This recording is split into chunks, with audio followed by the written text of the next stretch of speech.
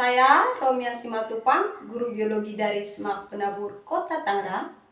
Saat ini saya lagi menjalani kegiatan PPG di Universitas Galuh. Kali ini saya akan membawakan kegiatan pembelajaran dengan problem-based learning pada materi pola pewarisan sifat pada hukum Mendel di kelas 12 IPA. Selamat menyaksikan.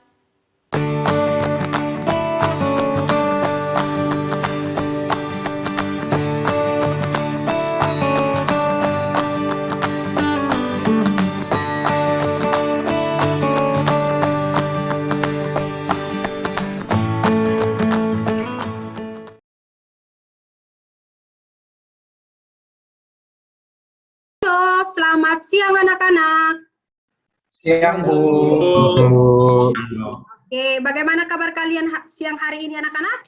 Baik, Bu. Baik, Bu, luar biasa. Baik, Bu. Luar biasa sekali, Bu. Mantap ya, meskipun udah siang masih tetap semangat. Terima kasih anak-anak buat semangatnya. Baik anak-anak, sebelum kita memulai kegiatan pembelajaran hari ini, kita akan mulai dengan berdoa. Ibu minta tolong Rachel, boleh pimpin kita di dalam doa anakku?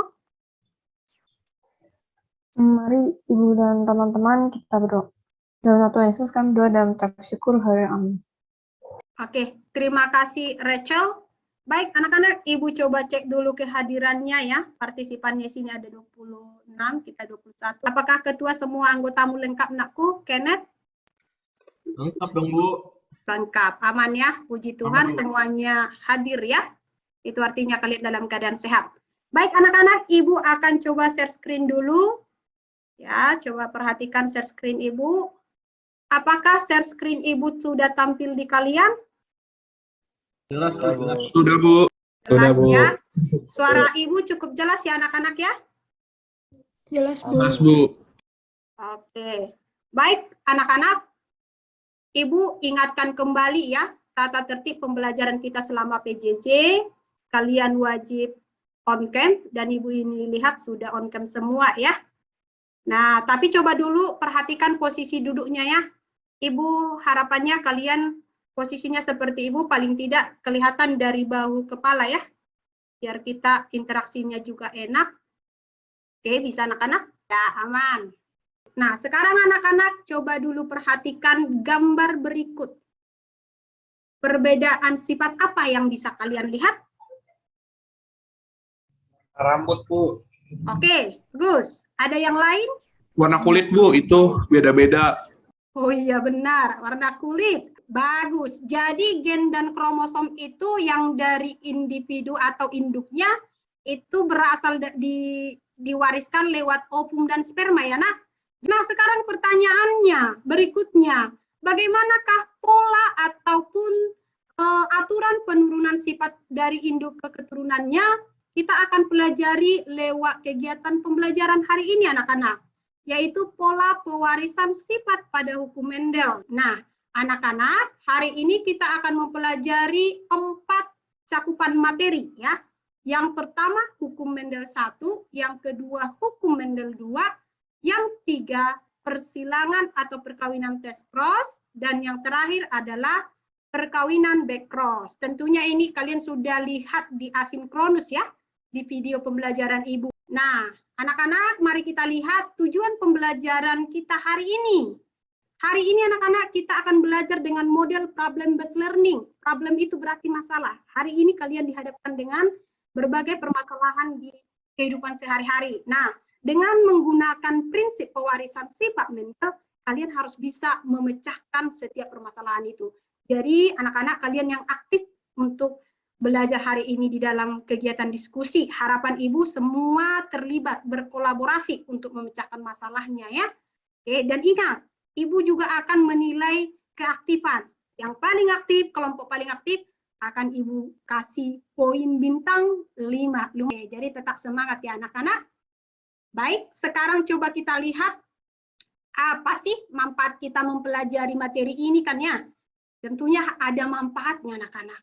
Salah satunya, hukum Mendel ini diaplikasikan dalam pembuatan bibit unggul. Dengan hibridisasi anak-anak, bisa dihasilkan yang namanya bibit-bibit unggul. Selain dari padi, ini juga ada yang namanya sapi ya. Ini hasil persilangan sapi Brahman ya dari India dan Shorton ya. Baik. Nah, sekarang anak-anak, Ibu perhatikan ya, kalian sudah melakukan kegiatan asinkronus dengan sangat baik. Dan nah, sekarang Ibu mau lihat nih bagaimana pemahamannya terhadap materi itu. Sekarang coba dulu perhatikan persilangan. Ibu mau lihat nih.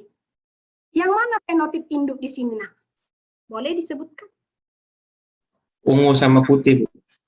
Mantap, berarti udah bisa membedakan ya. Ungu dan putih. Kalau Ibu tanya genotip induk? P besar, sama P kecil, Bu. Wih, hebat. Oke, bagus.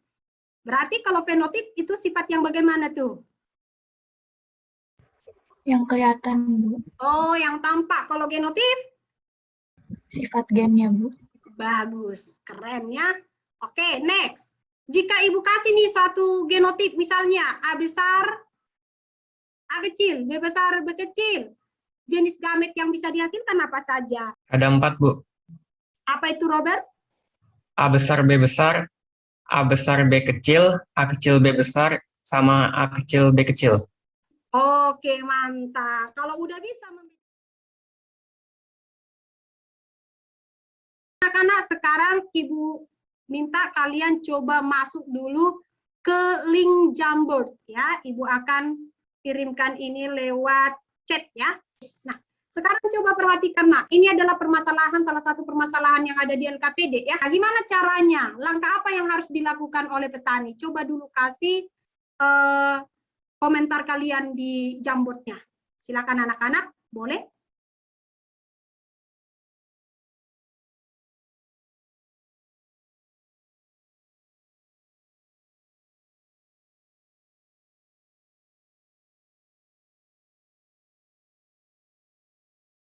Nah, Ibu lihat jawaban kalian sudah ada yang seragam ya, yaitu sama-sama setuju harus dikawinkan kedua ras, tapi masih ada perbedaan dalam hal kira-kira di generasi berapa kita akan menemukan sapi yang kita harapkan ya. Nah, dengan demikian anak-anak, Ibu harapannya kalian akan mendiskusikannya lebih jauh lagi di kegiatan diskusi kelompok ya.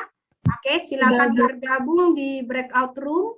Oke, silakan masuk, manfaatkan link-link ini ya. Link PPT, modul dan LKPD-nya. Halo anak-anak. Halo, Bu.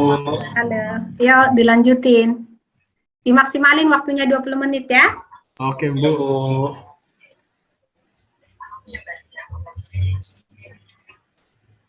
Berarti gimana, Bu? Ya, apa ini? Dulu bilang. Jadi itu kan yang tinggi kan dominan, yang tinggi kan ada hampir 3.000, yang kecil yang pendek itu 1.000. Itu kan polanya 3:1. Itu tuh kalau pola 3:1 itu yang gua tahu itu heterozigot, jadi T besar T kecil, induknya itu T besar T kecil. Sini T besar.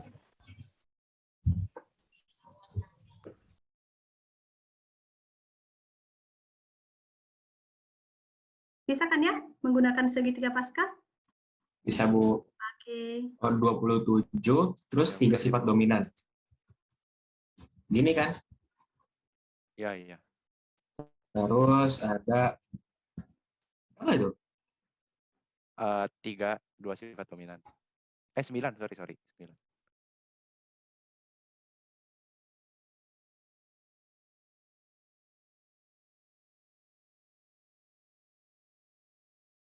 BKK yang besar kan? Kan itu yang mau diketahui. Kalau bisa aja nanti dia ngilanginnya sama yang D besar D kecil, K besar K kecil. Yang satu tuh sebutannya apa? Bentar, tuh, gue lihat dulu. Mendel 1 tuh yang segregasi, yang 1, 2 nggak sih?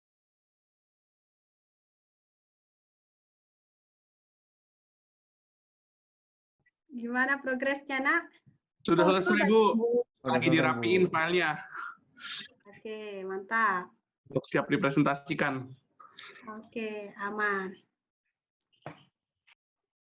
Wow, ada bentuk love. Itu untuk Ibu ya? Thank you, thank you, thank you. Love juga deh, ya.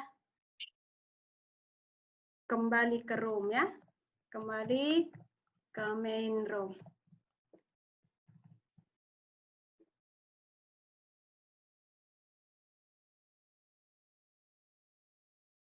Baik, apakah semuanya sudah kembali ke main room anak-anak? Sudah, Bu. Baik, terima kasih anak-anak sudah menyelesaikan kegiatan diskusinya dengan baik. Nah, sekarang kita akan presentasi nih. Siapa nih kelompok yang mau mempresentasikan permasalahan 1? Oke, silakan kelompok 1. Siapa nih yang mau presentasi? Saya Boleh share Sarjito, screen? Bu. Oh, Alvan. Oke, silakan Alvan.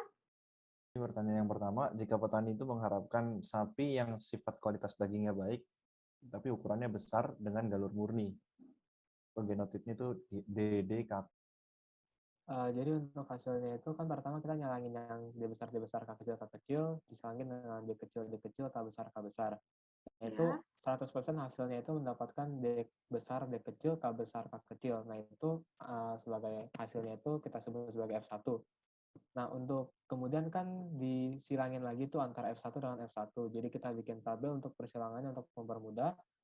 Jadi gamet induknya itu ada 4 kemungkinan, ada D besar K besar, D besar K kecil K besar, dengan D kecil K kecil.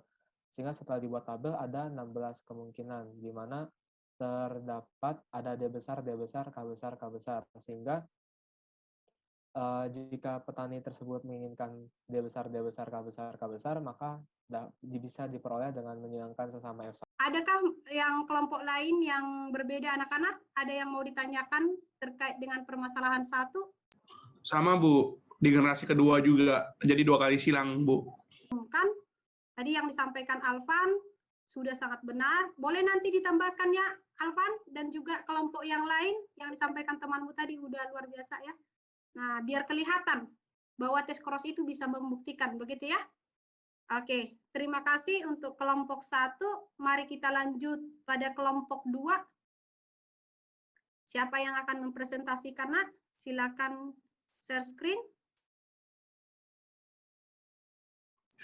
Oke, jadi ini hasil diskusi dari kelompok kami, Bu, untuk permasalahan 2, di mana seorang petani berencana membudidayakan tomat jenis Celano yang berbatang tinggi dan rasanya manis, yang belum diketahui genotipnya.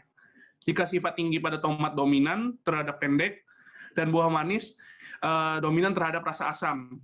Nah, yang pertanyaan pertama adalah kemungkinan genotip yang dimiliki tomat jenis Celano. Karena kita nggak tahu genotipnya, maka kita memisalkan dulu bahwa tinggi itu adalah T besar, lalu pendek itu adalah T kecil, lalu manis itu adalah M besar, dan asam itu adalah M kecil. Nah, sehingga kita memperoleh genotip-genotip seperti ini melalui persilangan yang seperti kelompok 1 lakukan di nomor 1. Jadi sehingga kita peroleh T besar, M besar, lalu ada T besar, T kecil, M besar, M besar, lalu ada T besar, T kecil, M besar, M kecil, dan terakhir T besar, M kecil. Di mana ini yang tinggi manis. Nah, karena kita nggak tahu, jadi kita bikin semuanya, ada tinggi asam juga, ada pendek manis, dan pendek asam. Tapi kalau ditanya genotip yang dimiliki tomat jenis Celano, bahwa di soal dijelaskan bahwa Celano ini berbatang tinggi dan rasanya manis. Jadi kita akan mengambil option yang pertama, di mana ada T besar, M besar, lalu ada T besar, T kecil, M besar, lalu ada T besar, T kecil, M kecil, lalu ada T besar, M kecil. Lalu untuk nomor 2, bagaimanakah cara kita dapat dilakukan petani untuk mengetahui genotip dari tanaman Celano tersebut? Sebenarnya ini hampir mirip dengan pernyataan nomor 3 dari kelompok 1, di mana menggunakan tes cross juga, di mana nanti kita akan menyilangkan salah satu induk dengan resesifnya, di mana artinya ada kita mengambil contoh yang pertama itu adalah induk unggul atau galur murni dari si induk, di mana T besar, M besar yang disilangkan dengan resesifnya, di mana T kecil, M kecil, M kecil, dan menghasilkan itu pasti 100% tinggi manis. Nah, lalu apakah hanya ini doang? Sebenarnya enggak. Jadi sebenarnya kita ngambil satu contoh ini untuk menjelaskan gimana kita di nomor 1 ini punya tadi 4 genotip yang masing-masingnya nanti akan disilangkan dengan T kecil, M kecil, M kecil, sehingga nantinya akan diperoleh bahwa perbandingannya adalah 1:1. Jadi yang paling pasti adalah 100%, sementara sisanya hanya 50%, 50%. Kayak gitu, Bu. Oke. Baik, terima kasih kelompok 2. Berikan aplaus untuk kelompok 2 anak-anak.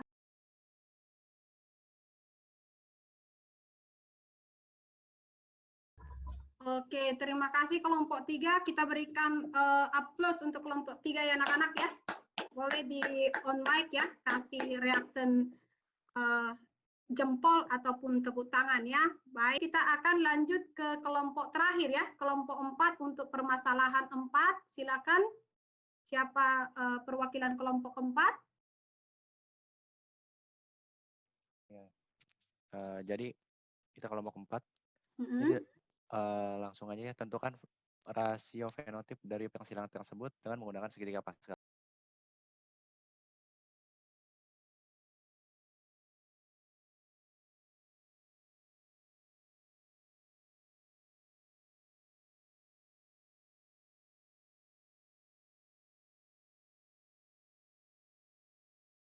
Oke, baik. Terima kasih dari kelompok 4. Kita berikan aplaus untuk kelompok 4. Boleh aplaus ya anak-anak. Kasih reaksi aplaus atau jempolnya untuk kelompok 4. Ya, ini tadi dengan mengaplikasikan segitiga Pascal ya.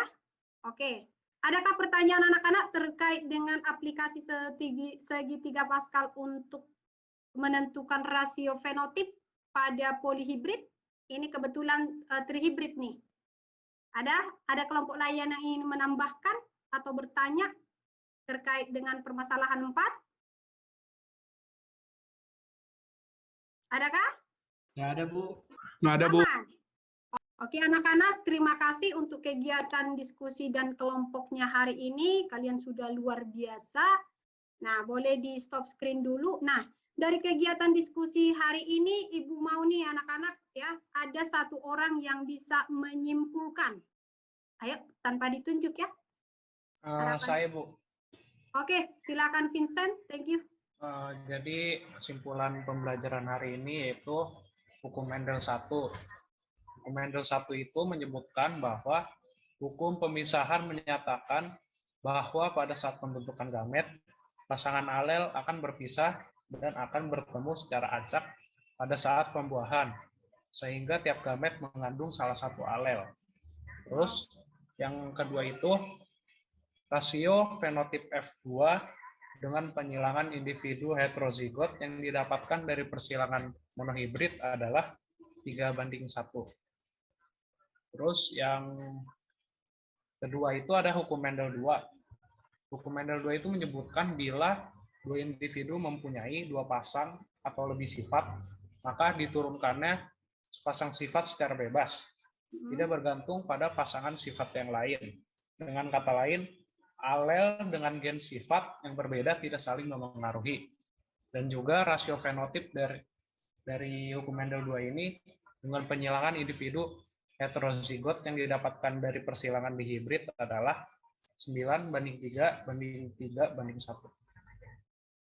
Oke, baik. Terima kasih Vincent dan Alicia yang menjabarkan luar biasa ya kesimpulannya. Udah disimpulkan tadi mengenai hukum 1 Mendel, hukum 2 ya. Dan juga tadi ada yang namanya test cross dan juga back cross. Oke anak-anak, kalian sudah mengerjakan dengan sangat luar biasa. Berikan aplaus untuk kita bersama. Oke, berikan aplaus untuk kita bersama ya. Dan Ibu lihat tadi ya, di dalam kegiatan kelompok sangat-sangat aktif ya, sehingga kesulitan Ibu melihat yang manakah kelompok yang terbaik. Tapi Ibu lihat tadi ada satu kelompok yang juga fun ya kan ya. Nah, ada kelompok yang terbaik itu adalah paling aktif, sebenarnya baik semua ya. Kelompok teraktif itu ada di kelompok 2 ya. Jadi kelompok 2 dapat poin bintang 5. Ayo berikan dong semangat untuk kelompok 2 ya. Semangat dong ya. Jadi di pertemuan berikutnya ini ya bisa mendulang poin-poin. Baik anak-anak, nah coba kalian kerjakan, lihat dulu uji kemampuan kalian dan nanti hasilnya akan otomatis keluar nilainya ya. Jadi bisa kalian lihat bagaimana penguasaan kalian terhadap materi kita hari ini. Oke? Nah, ini linknya, ini juga sudah ada di GCR ya. Baik. Nah, sekarang anak-anak ya, Ibu mau dong ada yang merefleksikan kegiatan pembelajaran kita hari ini ya. Ada yang bisa merefleksikan manfaat apa dan kira-kira apa yang dipelajari dari kegiatan pembelajaran hari ini. Boleh silakan. Saya mau ya Bu, refleksinya. Siapa itu? Azela Bu. Oh ya, silakan Ajela. Boleh nakku?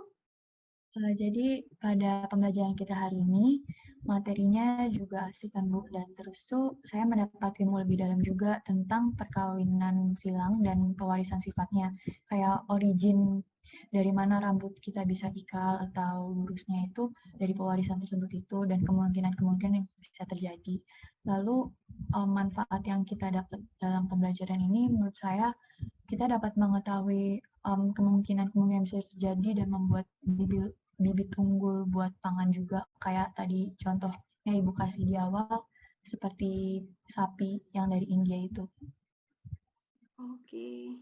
Nah, jadi menurut saya dari pembelajaran hari ini ya Bu, kita belajar untuk siapa tahu misalnya ada yang berminat jadi petani atau peternak, itu kita belajar untuk jadi peternak atau petani sukses gitu Bu, dimana saat orang lain tuh produk-produknya tuh masih ada kekurangan, kita punya trik untuk menciptakan bibit unggul gitu Bu.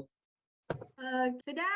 Oke, baik, refleksinya luar biasa ya. Ya benar sekali anak-anak, bahwa setiap ilmu itu pasti ada yang namanya manfaatnya ya. Tapi bagaimana cara kita untuk menggunakan ilmu itu kita aplikasikan dalam kehidupan sehari-hari. Tentunya itu akan memberikan manfaat kepada kita ya. Nah, sekarang anak-anak kita akan mengakhiri kegiatan pembelajaran kita, namun sebelumnya Ibu akan sampaikan materi kita di pertemuan selanjutnya. Kita akan membahas tentang penyimpangan semu hukum Mendel. Anak-anak tetap ya pantau di GCR, Ibu akan kirimkan video pembelajarannya dan lakukan kegiatan asinkronus. Baik, sampai di sini dulu pertemuan kita. Namun sebelumnya anak-anak, kita akan akhiri dengan berdoa. Oke, Ibu minta tolong, Timo, ada Timo kah? Timo, yo. Bisa kamu pimpin kita di dalam doa, Timo? Dan bumian, mari kita berdoa. Terima kasih Tuhan, dalam namamu kami sudah berdoa. Amin. Oke, terima kasih Timothy, terima kasih anak-anak untuk semangatnya hari ini. Sampai bertemu di pertemuan selanjutnya. Selamat beristirahat. Dadah. God bless you. Terima kasih Bu. God bless you. Terima kasih anak-anak. Dadah. Terima kasih sudah mengikuti kegiatan pembelajaran saya. Semoga memberikan manfaat. Tetap semangat dan salam sehat.